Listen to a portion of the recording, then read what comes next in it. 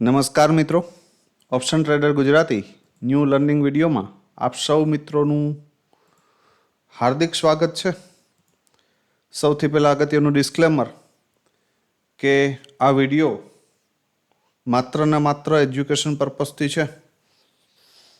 અહીંયા કોઈ પણ જાતની કોલ ટિપ્સ આપવામાં આવતી નથી અને ખાસ મહત્ત્વની વસ્તુ કે ઓપ્શન ટ્રેડિંગ એ રિસ્કી છે અને છતાંય જો તમારે કરવું હોય તો તમારા ફાઇનાન્શિયલ એડવાઇઝરની સલાહ લઈ અને પછી જ કરવું.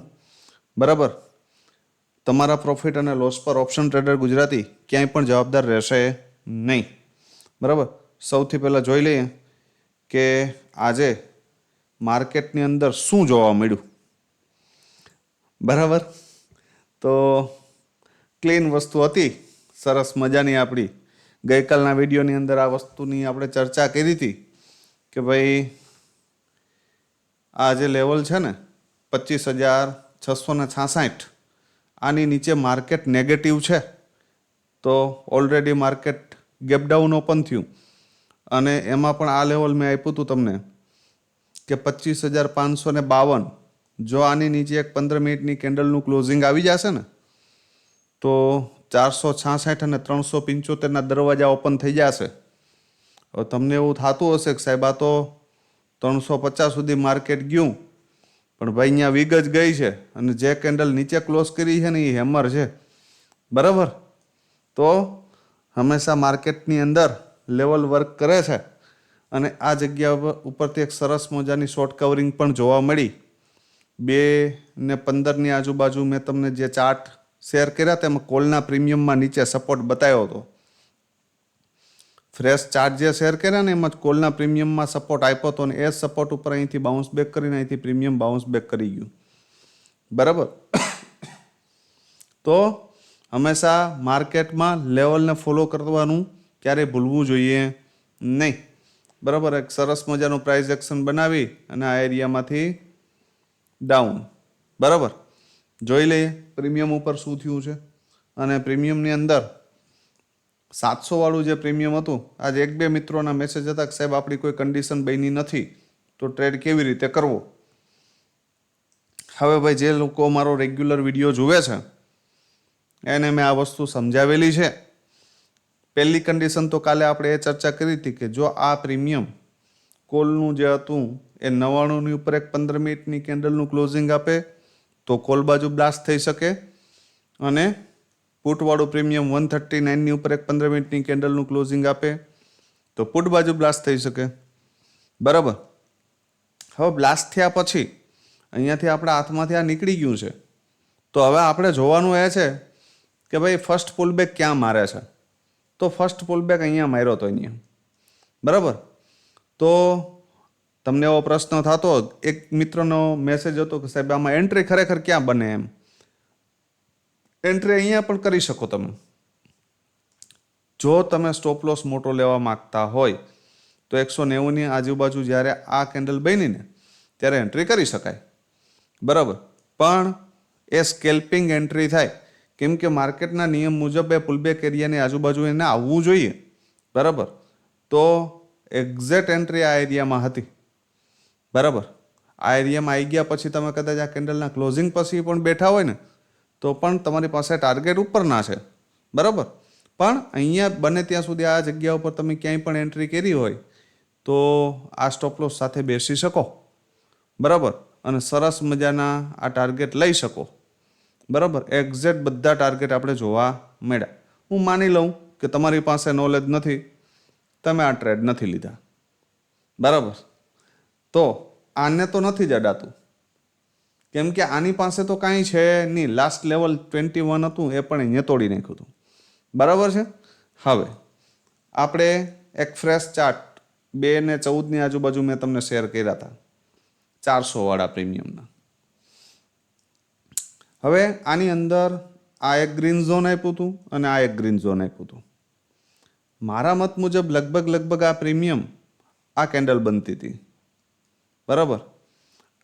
આ સપોર્ટ એરિયાથી દૂર હતો હજી પુટ અને કોલમાં લગભગ ઉપરની સાઈડ હતું ક્યાંય 53-54ની આજુબાજુ આ એરિયામાં.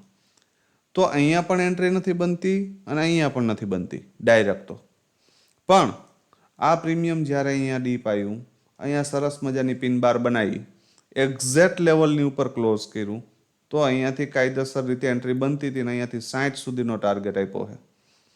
બરાબર, એક્ઝેક્ટ બોટમ ઉપરથી. સેમ એ જ વસ્તુ કે આ પ્રીમિયમ 10 રૂપિયાથી લગભગ 15-16 સુધી જતું રહ્યું અને ફરી તમને 11-12ની આજુબાજુ લેવા મળતું હતું 2-3 પોઈન્ટના સ્ટોપ લોસથી. બરાબર, અહીંયા 40 રૂપિયાનો હાઈ બનાવ્યો. હવે ભાઈ જો ચોખ્ખી જ વસ્તુ છે, જંગલમાં રહેવું, સિંહથી બીવું, આવું તો ક્યારેય પોસિબલ નથી. એટલે હિંમત તો કરવી પડે, પણ હિંમત જો બોટમ એરિયા ઉપર કરો તો બહુ તકલીફ પડે નહીં અને સારા એવા ટાર્ગેટ મળી શકે. આશા રાખું છું કે મેં જે સમજાવ્યું છે આમાં એ તમને કંઈક ટપો પડ્યો હશે. અને બીજી વાત, આ પ્રીમિયમની અંદર ફરી આ પ્રીમિયમ ક્યાં આવ્યું છે પાછું, તો કાંઈ 60 રૂપિયાથી 9 રૂપિયા અને 9 રૂપિયાથી ફરી પાછું 24 રૂપિયા ગયું છે. બરાબર, અને 16ની ઉપર એન્ટ્રી થઈ હોય ને તો અહીંયા 15 પોઈન્ટ છે. બરાબર, તો હંમેશા એક વસ્તુ વિચારો કે રિસ્ક રિવોર્ડ જોવાનો છે કે કેટલા પર્સન્ટનું રિટર્ન મળે છે. બરાબર, તો જ આ માર્કેટની અંદર તમે કંઈક પ્રોફિટ કરી શકશો. બરાબર, એનાથી વિશેષ બીજું કંઈ કહી શકું નહીં. જે મિત્રોના પ્રશ્નો હતા મને પર્સનલમાં, બરાબર, આજે સેન્સેક્સના ચાર્ટ મને થોડા સારા લાગ્યા એટલે સેન્સેક્સના 2 પ્રીમિયમ પણ કવર કર્યા છે. બરાબર, હવે ભાઈ સૌથી પહેલાં જોઈ લઈએ નિફ્ટી ઇન્ડેક્સ. જ્યાં સુધી આ ઇન્ડેક્સ આજે કંઈક નવીન કરી ગયું છે. હવે ખબર નહીં, મારા એટલા ટાઈમના એક્સપિરિયન્સમાં આવું ક્યારેય થતું નથી, પણ આજે જોવા મળે છે કે પ્રીમિયમ કંઈક અલગ કહેવા માગે છે અને ઇન્ડેક્સ કંઈક અલગ કહેવા માગે છે. પણ જોઈએ, મોસ્ટ ઓફ તો પ્રીમિયમ ભાવ જ ભગવાન હોય એટલે આપણે ઇન્ડેક્સને બહુ જોતા નથી, પણ છતાંય આપણે એનાલિસિસ કરી લઈએ. બરાબર, તો 25,432 આની ઉપર જ્યાં સુધી માર્કેટ છે ત્યાં સુધી પોઝિટિવ છે, આની નીચે નેગેટિવ થઈ શકે ભાઈ.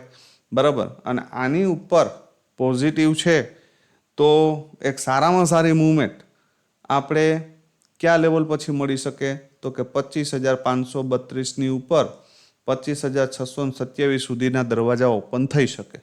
બરાબર, પણ ક્યાં સુધી, 432ની ઉપર છે ત્યાં સુધી. બરાબર, જો આની નીચે જાય તો ફર્સ્ટ ટાર્ગેટ 25,327, જેમ આનો છે એમ કે આ એરિયામાં સપોર્ટ લે તો પેલો ટાર્ગેટ 532 છે, એમાંનો 327 છે ડાઉન સાઇડ માટે. આ લેવલ બ્રેક થશે તો 627 આવશે અને એનાથી ઉપર જશે તો 730 સુધીના દરવાજા ઓપન થઈ શકે. બરાબર, ડાઉન માટે 327 બ્રેક કરે તો 244 સુધી આવી શકે અને 244ની નીચે 156 પણ જોવા મળી શકે.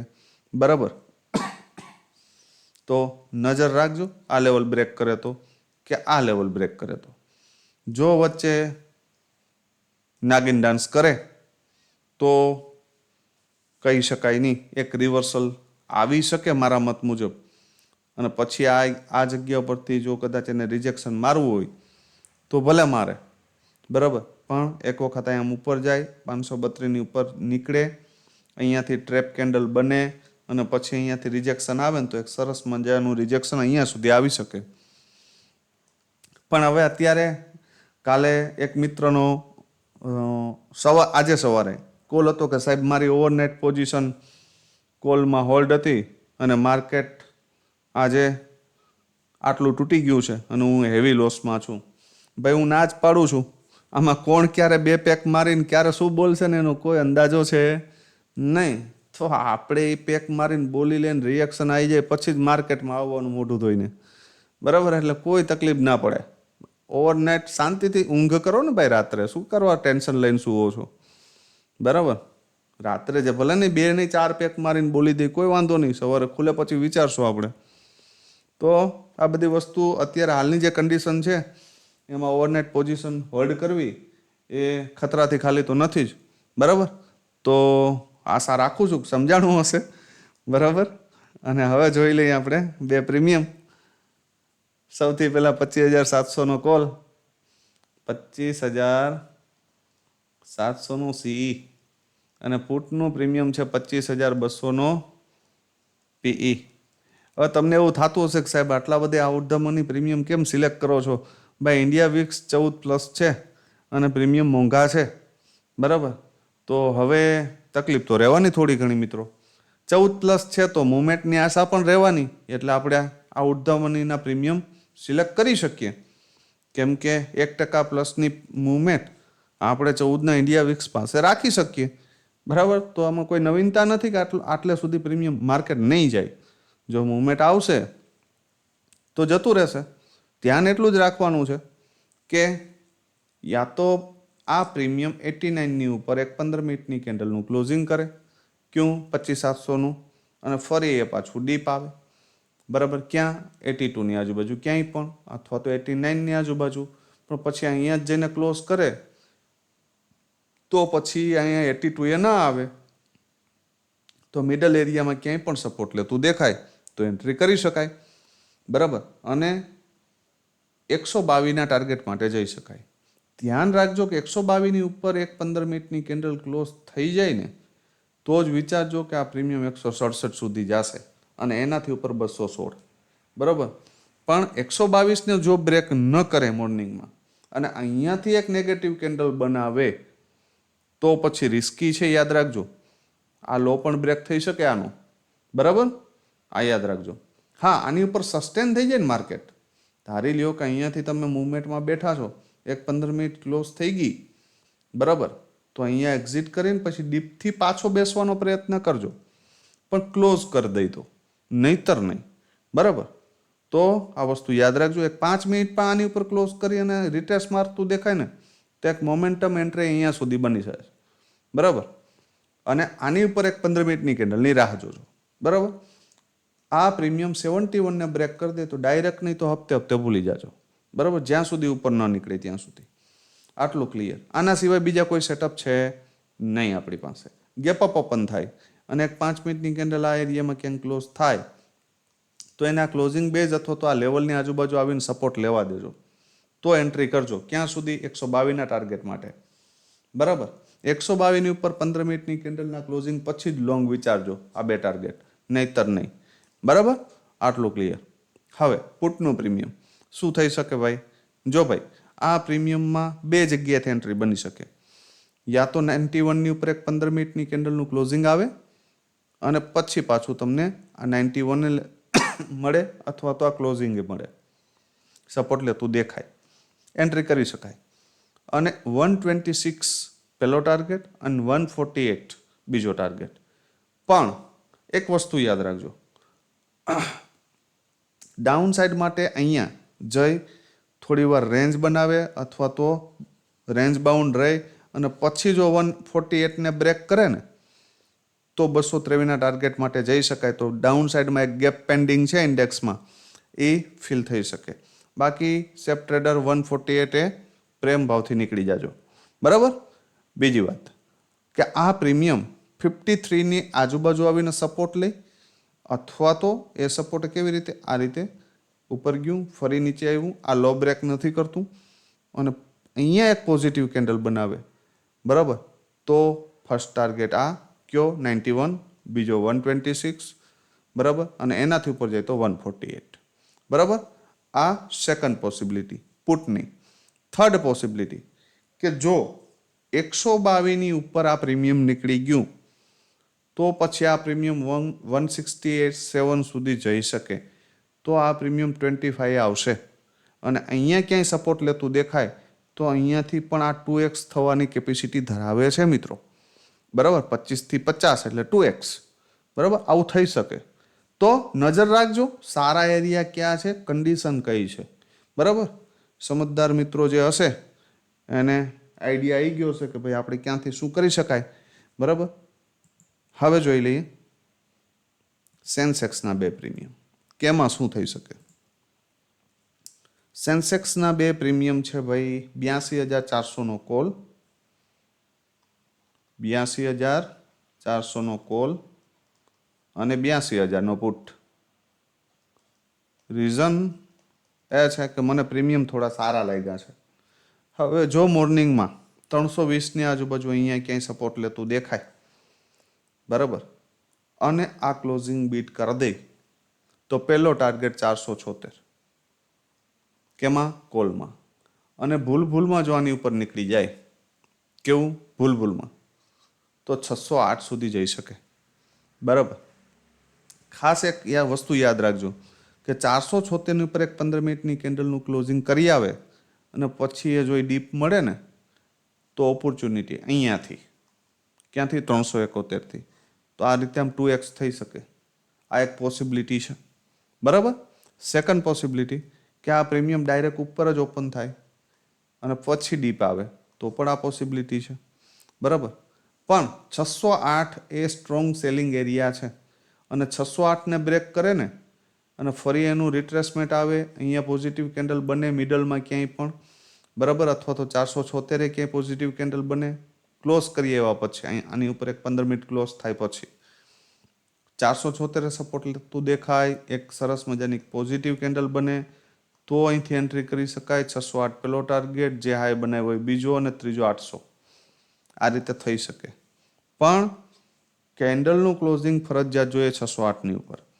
પણ અહીંયાથી જો મોર્નિંગમાં તમને મળી જાય તો વન વેમાં 476ના ટાર્ગેટ માટે જઈ શકાય, બરાબર. ફરી પાછું એ જ કે ભાઈ આની ઉપર ક્લોઝ કરે, ફરી નીચે આવે, ફરી અહીંથી આપણે અહીં સુધી જાશું, ફરી આની ઉપર ક્લોઝ કરે તો ફરી આમ કરીને ફરી જાશું, પણ ડાયરેક્ટ સીધા બેસી રહેશું નહીં, બરાબર. આ કોલનું કન્ડિશન. બીજી કન્ડિશન, 82,000નો પુટ 172ની ઉપર જ્યાં સુધી છે ત્યાં સુધી પોઝિટિવ છે. મોર્નિંગમાં 172ને બ્રેક કરે અને ફરી ઉપર નીકળે તો પણ આની અંદર બાઇંગ આવી શકે. પહેલો ટાર્ગેટ 266, બીજો આ હાઈ અને ત્રીજો 479ના ટાર્ગેટ માટે જઈ શકીએ. સેકન્ડ પોસિબિલિટી, એક 15 મિનિટની કેન્ડલનું ક્લોઝિંગ ઉપર આવી જાય મોર્નિંગમાં જ અને એનું રિટેસ્ટ આ ક્લોઝિંગ એરિયાની આજુબાજુ મળે અથવા તો લેવલે મળે તો એન્ટ્રી કરી શકાય. પહેલો ટાર્ગેટ 480 અને બીજો 680 માટે જઈ શકાય. તો આજે આપ સૌ મિત્રોને આપણે લાઈવ ચાર્ટ શેર કર્યા હતા લાઈવ માર્કેટમાં, તેનાથી કેટલા મિત્રોને ફાયદો થયો છે કોમેન્ટમાં જણાવજો.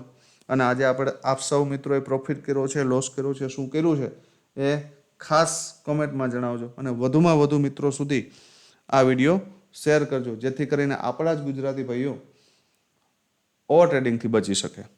અને જેટલા મિત્રો વિડીયો જુએ છે, બરાબર, એને ટેલિગ્રામની અંદર જોઈન ન હોય તો ડિસ્ક્રિપ્શનની અંદર જે લિંક આપેલી છે એ જ ટેલિગ્રામ ચેનલમાંથી જોઈન થજો. કેમ કે આપણા ઓપ્શન ટ્રેડર ગુજરાતીના નામની ફેક ટેલિગ્રામ ચેનલ પણ બની ગઈ છે. તો મિત્રો આ ટેલિગ્રામ ચેનલ ઉપર જે કંઈ પણ માહિતી આપવામાં આવે એને જ ઓથોરાઇઝ માનવી, નહીતર નહીં માનવાનું. ફેસબુક ઉપર તો બિલકુલ નહીં માનવાનું, બરાબર. હું કોઈની પાસે એક પણ રૂપિયો લેતો નથી, મારી કોઈ પણ પેડ સર્વિસ નથી, બરાબર. કોઈ પેડ વોટ્સઅપ ગ્રુપ નથી, તો કોઈને મારા નામે એક પણ રૂપિયો આપવો નહીં. તો આશા રાખું છું કે આવા આવારા તત્વોથી તમે દૂર રહેશો અને વધુમાં વધુ આ વિડીયોને શેર કરશો. તો આવતીકાલે ફરી મળીશું નવા વિડીયોમાં. ત્યાં સુધી જય માતાજી, હર હર મહાદેવ.